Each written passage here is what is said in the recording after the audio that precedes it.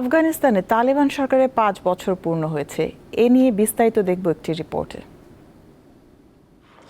2021 সালের 15ই আগস্ট 5 বছর আগে প্রায় কোনো প্রকার বাধা ছাড়াই আফগানিস্তানের ক্ষমতা দখল করে নেয় তালেবান যোদ্ধারা। যুক্তরাষ্ট্র ও তাদের মিত্র বাহিনী আফগানিস্তান থেকে সরে যাওয়ার পর এক বিশৃঙ্খলার মধ্যে দিয়ে দ্বিতীয়বারের মতো কাবুলের ক্ষমতার মসনদে বসে ইসলামপন্থী রাজনৈতিক এই সংগঠনটি। এরপর কেটে গেছে 5 বছর। আফগানিস্তানের ক্ষমতা দখলের পর পুরো দেশটির উপর নিয়ন্ত্রণ নিয়েছে তালেবান। বড় বিদ্রোহ তারা দমন করেছে এবং দেশটির পরিস্থিতি স্থিতিশীল করেছে। বিদ্রোহী গোষ্ঠী থেকে একটি কঠোর কেন্দ্রীভূত শাসন ব্যবস্থায় রূপান্তরিত হয়েছে। বিশেষ করে দেশটির সর্বোচ্চ নেতা হিবাতুল্লাহ আখুন্দজাদার হাতে ক্ষমতা ক্রমেই কেন্দ্রীভূত হয়েছে। কিন্তু এর বিনিময়ে আফগানিস্তান আরও দরিদ্র, বিচ্ছিন্ন ও দমনমূলক রাষ্ট্রে পরিণত হয়েছে। তালেবান শাসনের সবচেয়ে সমালোচিত দিক নারীদের ওপর কঠোর বিধিনিষেধ। গত 5 বছরে সবচেয়ে বেশি শোষণের শিকার হয়েছে আফগানিস্তানের নারীরা।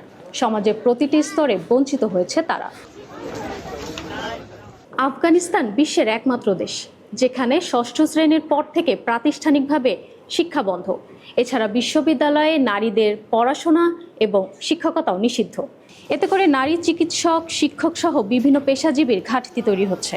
তালেবানের কট্টরপন্থী শাসনের কারণে দেশটি প্রায় 2 কোটি 20 লাখ নারীর অধিকার ক্রমেই সংকুচিত হয়েছে। জাতিসংঘের তথ্য অনুযায়ী বর্তমানে আফগানিস্তানে মাত্র 7% নারী কর্মসংস্থানে যুক্ত হতে পারছেন। চলাফেরা, চাকরি ও জনজীবনে অংশগ্রহণের ক্ষেত্রেও নারীরা কঠোর বিধিনিষেধের মুখে পড়ছেন। চাপিয়ে দেওয়া হয়েছে পুরুষ অভিভাবক ছাড়া ভ্রমণে কড়াকড়ি, বিয়ের ন্যূনতম 16 বছরের বয়সসীমা তুলে দেওয়া সহ একের পর এক নিয়ম।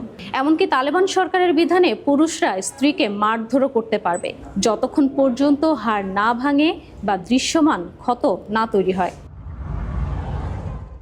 তালেবান ক্ষমতায় আসার পর থেকে প্রকাশ্যে শাস্তির বিধানও জোরদার করা হয়েছে। গত 5 বছরে শত শত মানুষকে প্রকাশ্যে বেত্রাঘাতের তথ্যও রয়েছে। এমনকি পুরুষ বন্ধুর সঙ্গে যোগাযোগের অপরাধে নারীদের চাবুক মারা হয় এবং জেলে পাঠানো হয়। আফগান শিশুরাও তালেবান আমলে বড় সংকটে রয়েছে। সেভ দ্য চিলড্রেনের তথ্য মতে প্রতি 10 শিশুর একজন তীব্র অপুষ্টিতে ভুগছে।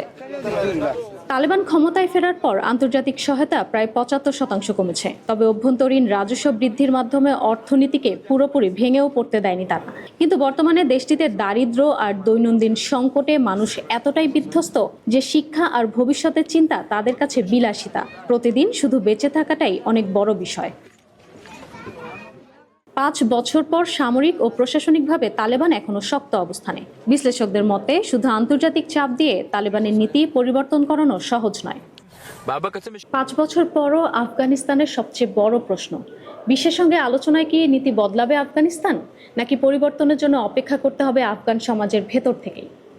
ইশরাত সুমা, দীপ্ত বার্তা কক্ষ।